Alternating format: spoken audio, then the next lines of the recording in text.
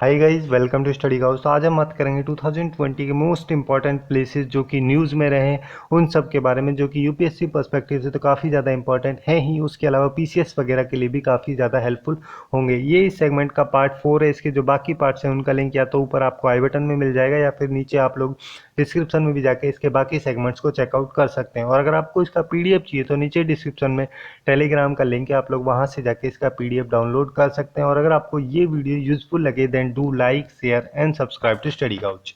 Okay, so let's start. इस segment का जो फर्स्ट क्वेश्चन है, इसमें 4 ग्रुप्स के पेयर्स दिए गए उनके रेस्पेक्टिव कंट्रीज के साथ में, जैसे कि अल शबाब का सोमालिया के साथ में, बोको हराम नाइजीरिया के साथ में, हौतिस का यमन के साथ में और हिजबुल्लाह का लेबनान के साथ में। तो यहाँ पे पूछा गया कि इनमें से कौन सा करेक्टली पेयर्ड है और कौन सा करेक्टली पेयर्ड नहीं है। तो एक एक करके अगर हम डील करें तो सबसे पहले हम बात करते हैं अल शबाब के बारे में, जिसको कि हरकत अल शबाब अल मुजाहिदीन के नाम से भी जाना जाता है, जो बेसिकली एक टेररिस्ट ऑर्गेनाइजेशन या फिर इसको एक जिहादिस्ट फंडामेंटलिस्ट ग्रुप भी बोला जाता है। ये मेनली ईस्ट अफ्रीका का जो रीजन है वहाँ पे बेस्ड है, मतलब कि जो सोमालिया कंट्री है वहाँ पे मेनली इसके द्वारा ऑपरेशंस किए जाते हैं। बट उसके अलावा जो कीनिया और टंजीनिया है वहाँ पे भी ये ऑपरेट होता है। तो पहला जो हमारे यहाँ पे स्टेटमेंट है वो सही हो जाएगा। सेकंड की अगर हम पेयर की बात करें, जिसमें बोको हराम के बारे में बात की जा रही है। बोको हराम जो कि एक जिहादिस्ट टेररिस्ट ऑर्गेनाइजेशन जो मेनली नाइजीरिया का जो नॉर्थ ईस्टर्न रीजन है वहाँ पे बेस्ड है। नाइजीरिया में ही मेनली इसके द्वारा ऑपरेशंस किए जाते हैं, मेनली वहीं पे ऑपरेट करती है। बट उसके अलावा चाड और नाइजेर जैसे कंट्री जो है वहाँ पे भी इसके काफ़ी ज़्यादा एक्टिव रहती है। बट मेनली ये नाइजीरिया में ही लोकेटेड है। तो यहाँ पे इसको सेकंड जो है वो भी सही हो जाएगा। अब थर्ड स्टेटमेंट की अगर हम बात करें तो थर्ड में यहाँ पे बोला गया है हौतिस के बारे में, जो कि एक इस्लामिक पॉलिटिकल आर्म्ड मूवमेंट थी, जो कि यमन के नदर्न एरिया में 90s के टाइम में 1990 के टाइम में ये इमर्ज हुई थी। तो थर्ड भी यहाँ पे सही हो जाएगा। फोर्थ जो है वो यहाँ पे हिजबुल्लाह के बारे में पूछा गया है, जो कि एक शिया इस्लामिस्ट पॉलिटिकल पार्टी और मिलिटेंट ग्रुप है जो कि लेबनान में बेस्ड है। तो ये भी यहाँ पे सही हो जाएगा। तो मतलब कि चारों जो ग्रुप्स हैं वो करेक्टली पेयर्ड हैं। So our correct answer will be A. अब नेक्स्ट क्वेश्चन की बात करते हैं। इसमें बेसिकली 5 कंट्रीज़ के यहाँ पे नाम दिए गए हैं, जैसे Saudi Arabia, Iraq, Jordan, Lebanon, Turkey. और यहाँ पे पूछा गया इनमें से कौन सी कंट्री या कौन कौन सी कंट्री सीरिया के साथ में बॉर्डर करती हैं। तो इस क्वेश्चन को करने से पहले हम सीरिया की जो जोग्राफिकल लोकेशन है वो पता होनी चाहिए। जैसे कि आप लोग यहाँ पे देख सकते हैं, ये मेडिटेरेनियन सी है और इसके जस्ट राइट साइड में यहाँ पे ये कंट्री है सीरिया। ठीक है, सीरिया के यहाँ पे एक कंट्री बॉर्डर करती है जिसका नाम है इराक, इसके नीचे बॉर्डर करती है जॉर्डन, और यहाँ पे एक छोटा सा बॉर्डर इसका इजराइल के साथ में लगता है और लेबनान के साथ में, और ऊपर यहाँ पे जो बॉर्डर लगता है वो लगता है टर्की के साथ में। तो मतलब यहाँ पे कहीं पे भी सऊदी अरेबिया जो कंट्री है वो इसके बॉर्डरिंग कंट्रीज में नहीं आती है। तो सऊदी अरेबिया को छोड़ के बाकी सारी country Iraq, Jordan, Lebanon, Turkey, इन सब के साथ में सीरिया के द्वारा बॉर्डर शेयर किया जाता है। तो इसको छोड़ के बाकी सारे करेक्ट है। So our correct answer will be C. 2, 3, 4 and 5 are correct. अब नेक्स्ट क्वेश्चन की बात करते हैं। नेक्स्ट क्वेश्चन में बेसिकली यहाँ पे कई सारे एटॉमिक पावर स्टेशंस दिए गए, उनके रेस्पेक्टिव लोकेशंस दी गई हैं और यहाँ पे पूछा गया कि इनमें से कौन सा करेक्टली पेयर्ड है और कौन सा करेक्टली पेयर्ड नहीं। जैसे कि ककरपारा एटॉमिक पावर स्टेशन राजस्थान में, Narora atomic power station Gujarat में, कुंदनकुलम न्यूक्लियर पावर प्लांट तमिलनाडु में, केगा एटॉमिक पावर स्टेशन कर्नाटक में। तो एक एक करके अगर हम इनके बारे में बात करें, जो ककरपारा एटॉमिक पावर स्टेशन है वो गुजरात में लोकेटेड है, ना कि राजस्थान में। तो पहला स्टेटमेंट हमारे यहाँ पे गलत हो जाएगा। सेकंड में यहाँ पे बोला गया है नरोरा एटॉमिक पावर स्टेशन के बारे में। तो ये जो नरोरा एटॉमिक पावर स्टेशन है, जिसको NAPS भी बोला जाता है, जो कि एक न्यूक्लियर पावर प्लांट है, ये उत्तर प्रदेश के बुलंदशहर डिस्ट्रिक्ट के नरोरा जगह पे लोकेटेड है। तो सेकंड स्टेटमेंट जो है वो भी हमारा गलत हो जाएगा। गुजरात में नहीं, ये उत्तर प्रदेश में लोकेटेड है। थर्ड में यहाँ पे कुंदनकुलम न्यूक्लियर पावर प्लांट के बारे में पूछा गया है, जो कि इंडिया का लार्जेस्ट न्यूक्लियर पावर स्टेशन है। ये तमिलनाडु के तिरुवनेलवेली डिस्ट्रिक्ट जो है वहाँ पे एक जगह है जिसका नाम है कुंदनकुलम, वहाँ पे सिचुएटेड है। तो थर्ड स्टेटमेंट हमारे यहाँ पे सही हो जाएगा, ये तमिलनाडु में लोकेटेड है। उसके अलावा जो केगा एटॉमिक पावर स्टेशन है, ये कर्नाटक का एक डिस्ट्रिक्ट है, उत्तर कन्नड़ डिस्ट्रिक्ट। वहाँ पे काली रिवर के पास में एक जगह है जिसका नाम है केगा। तो वहीं पे इस पावर स्टेशन को बनाया गया जिसका नाम है केगा एटॉमिक पावर स्टेशन। तो फोर्थ स्टेटमेंट जो है वो हम भी यहाँ पे सही हो जाएगा। तो first, second both are incorrect and third and fourth both are correct. So our correct answer will be C. अब नेक्स्ट क्वेश्चन की बात करते हैं। नेक्स्ट क्वेश्चन में बेसिकली यहाँ पे डंकन पैसेज के बारे में पूछा गया है कि जो डंकन पैसेज है वो किन दो आइलैंड्स के बीच में लोकेटेड है। तो डंकन पैसेज को अगर हम जोग्राफिकली यहाँ पे देखें तो जैसे कि आप लोग यहाँ पे भी देख सकते हैं, जो साउथ अंडमान और लिटिल अंडमान जो है इन दोनों के बीच में एक पैसेज लोकेटेड है, जिस पैसेज को डंकन पैसेज के नाम से जाना जाता है। तो यहाँ पे इस क्वेश्चन का जो करेक्ट आंसर है वो हो जाएगा बी।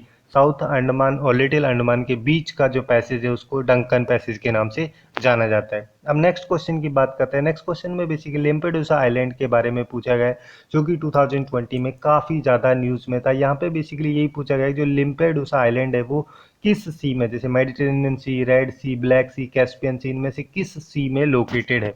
तो अगर हम इसको ज्योग्राफिकली देखें तो जैसे कि आप लोग यहाँ पे देख सकते हैं ये टुनजीनिया है, उसके अलावा यहाँ पे लीबिया है, अल्जीरिया है, ऊपर में यहाँ पे इटली है, ठीक है, और इधर यहाँ पे ग्रीस है, और यहीं पे एक ये रीजन है, ठीक है, यहीं पे एक आइलैंड है जिसको कि लेम्पेडूसा आइलैंड के नाम से जाना जाता है, जो बेसिकली मेडिटेरेनियन सी का जो रीजन है वहीं पे लोकेटेड है। तो यहाँ पे इस क्वेश्चन का जो करेक्ट आंसर है वो हो जाएगा ए।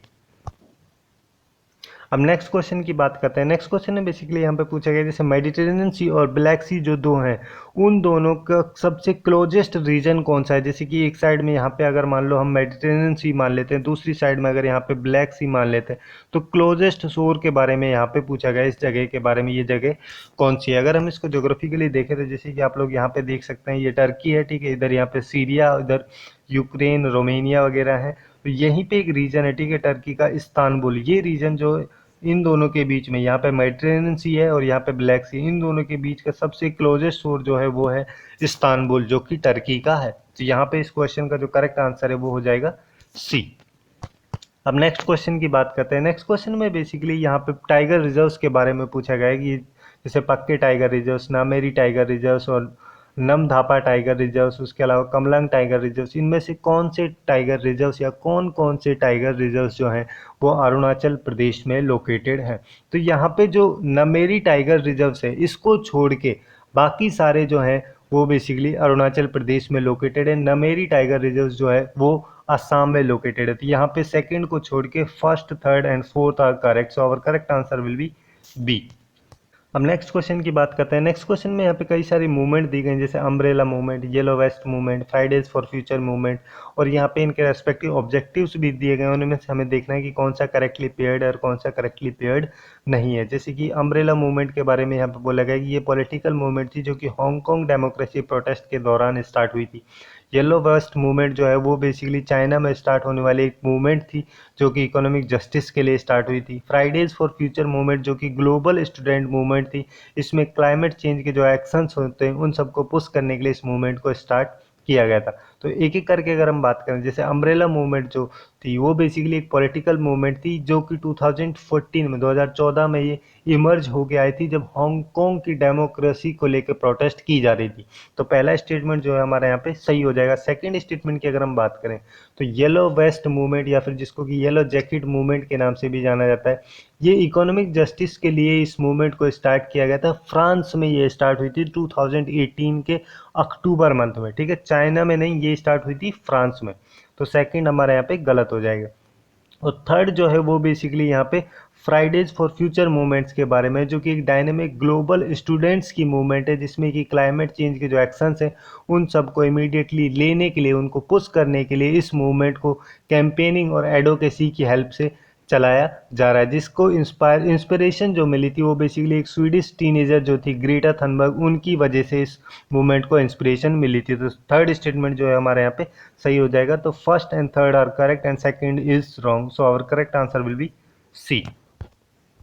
अब नेक्स्ट क्वेश्चन की बात करते हैं। नेक्स्ट क्वेश्चन में यहाँ पे कई सारे पोर्ट दिए गए हैं जैसे ग्वादर पोर्ट, क्वाकपू पोर्ट और सबांग पोर्ट। इनमें इन सब पोर्ट्स को बेसिकली नॉर्थ से साउथ की डायरेक्शन में हमें सेट करना है, अरेंज करना है, उसके बाद में हमें करेक्ट सीक्वेंस ऑप्शन से मैच करना है। तो एक एक करके अगर हम बात करें, जैसे ग्वादर पोर्ट जो है जो कि डीपेस्ट सी पोर्ट है वर्ल्ड का, ये अरेबियन सी में लोकेटेड है जो पाकिस्तान के बलूचिस्तान प्रोविंस में पड़ता है, ठीक है, ग्वादर जगह पे। तो ये जो है पाकिस्तान के पास में यहाँ पे लोकेटेड है। अगर हम बात करें क्वाकपू पोर्ट के बारे में जो कि एक मेजर टाउन है रकीने स्टेट में जो म्यांमार में लोकेटेड है, जैसे कि अगर मान लो हम इसको इंडिया का मैप मान लेते हैं तो यहाँ पे कहीं जाके ग्वादर पोर्ट होगा, और यहाँ पे जैसे यहाँ पे म्यांमार होगा तो म्यांमार के जस्ट नीचे ही एक पोर्ट है जिसका नाम है क्याकपू पोर्ट, ठीक है, ये वेस्टर्न साइड में पड़ता है रकीने स्टेट में। तो यहाँ पे कहीं जो होगा वो क्याकपू पोर्ट होगा, ठीक है। उसके अलावा सेकंड यहाँ पे है सबांग पोर्ट। सबांग पोर्ट जिसको कि इंडिया के द्वारा डेवलप किया जा रहा है अंडमान एंड निकोबार आइलैंड के जस्ट नीचे इंडोनेशिया में इंडोनेशिया की जो सबांग जगह है वहाँ पे इसको डेवलप किया जा रहा था। ये काफ़ी ज़्यादा नीचे होगा, ठीक है, ये सेकंड हो जाएगा, ये थर्ड हो जाएगा और ये फर्स्ट हो जाएगा। तो मतलब सबसे ऊपर होगा फर्स्ट, फिर उसके बाद में थर्ड आएगा, फिर सेकंड आएगा। सो हमारा सीक्वेंस जो होगा वो होगा 1 3 2। So our correct answer will be A. अब नेक्स्ट क्वेश्चन की बात करते हैं जो कि इस सेगमेंट का लास्ट क्वेश्चन है, जिसमें बेसिकली बोर्नियो आइलैंड के बारे में पूछा गया है। यहाँ पे बेसिकली यही पूछा गया है जैसे मलेशिया, ब्रुनोई और इंडोनेशिया, इनमें से कौन कौन सी कंट्रीज जो हैं वो बोर्नियो आइलैंड को पॉलिटिकली डिवाइड करती हैं, या किन किन कंट्रीज के बीच में जो बोर्नियो आइलैंड है वो पॉलिटिकली डिवाइडेड होता है। तो इस क्वेश्चन को करने से पहले हमें बोर्नियो आइलैंड का जोग्राफिकली मैप पता होना चाहिए, जैसे कि आप लोग यहाँ पे देख सकते हैं। यहाँ पे ये जो येलो कलर का जो रीजन है ये बुर्नोई है, ठीक है, और ये ईस्ट मलेशिया का जो रीजन है, और उसके अलावा जो बाकी बड़ा वाला जो रीजन है ये इंडोनेशिया का रीजन है, और इन तीनों रीजन्स को मिला के एक आइलैंड बनता है जिसको कि बोर्नियो आइलैंड के नाम से जाना जाता है, जो कि तीनों कंट्री मलेशिया, बुर्नोई और इंडोनेशिया के द्वारा पॉलिटिकली डिवाइडेड है। तो यहाँ पे इस क्वेश्चन का जो करेक्ट आंसर है वो हो जाएगा डी। ओके, सो यही थे कुछ इंपॉर्टेंट एमसीक्यूज जो भी 2020 में जनवरी से लेकर दिसंबर 2020 तक जो भी प्लेसेस न्यूज़ में रहते उन सब से रिलेटेड, जो कि पार्ट 1 से लेकर पार्ट 4 तक हमने कंप्लीट किए हैं। इन सब की जो प्ले लिस्ट है वो आपको डिस्क्रिप्शन में भी मिल जाएगी, और या फिर स्टडी काउच के चैनल पर आप लोग जाके इसके बाकी पूरे सेगमेंट्स को एक साथ देख सकते हैं। सो आज के लिए बस इतना ही। Hopefully you guys find it useful, and if you find it useful then do like, share and subscribe to study Couch. Thanks for watching and have a good day.